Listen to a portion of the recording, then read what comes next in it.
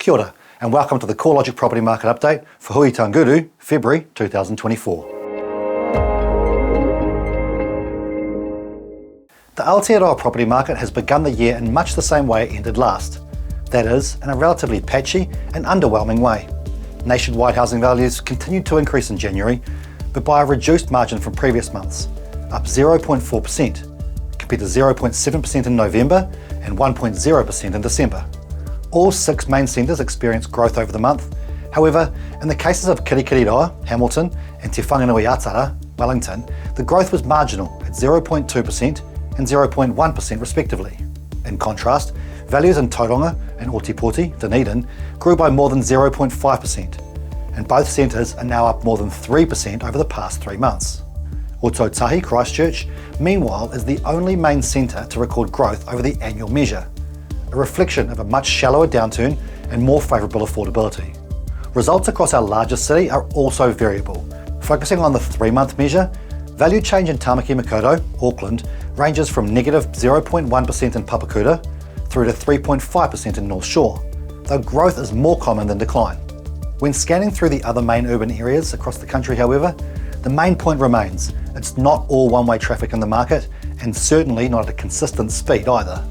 Affordability, impacted by high interest rates, continues to limit demand, meaning any renewed interest from potential buyers off the back of a few favourable government announcements hasn't flowed through to genuine competition for property. The features of those announcements are firstly the reduction of the Bright Line test, likely to see an increase in investors listing their property for sale, as well as a boost to demand, owing to not having to lock in to a minimum 10-year investment. Second, the phased reintroduction of interest deductibility will improve the profitability of property investment. However, mortgage top-ups are likely to still be relatively commonplace, due simply to relatively high interest rates, meaning mortgage payments are still a hefty expense for many.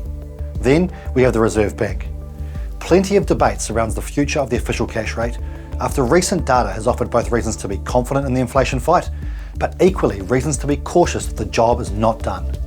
The latest inflation data itself was good at the headline level, with the annual rate falling to 4.7% and quarterly down to 0.5%. However, the non-tradable or domestic inflation, which the Reserve Bank will be keenly watching, held up at 5.9%. Add in the only mildly softening labour market, where the unemployment rate rose 0.1 percentage points to 4.0%, and still strong wage growth at 4.3%, and you can definitely paint the picture where strong migration, a robust labour market, and resilient consumer confidence does enough to, at the very least, push back OCR cuts, and maybe even err on the side of caution by increasing it once more in the first half of this year. The fact mortgage arrears and mortgagee sales haven't skyrocketed and retail spending hasn't plummeted might convince the Reserve Bank that households can handle a further squeeze to their mortgage repayments. Prohibitive interest rate levels are also a noteworthy factor when it comes to the announced consultation and likely introduction of debt-to-income limits. Probably around the middle of the year, the limits, set at 6 times income for owner-occupiers and 7 times income for investors, will have speed limit allowances outside these levels, and for that reason are unlikely to have much impact in the short term.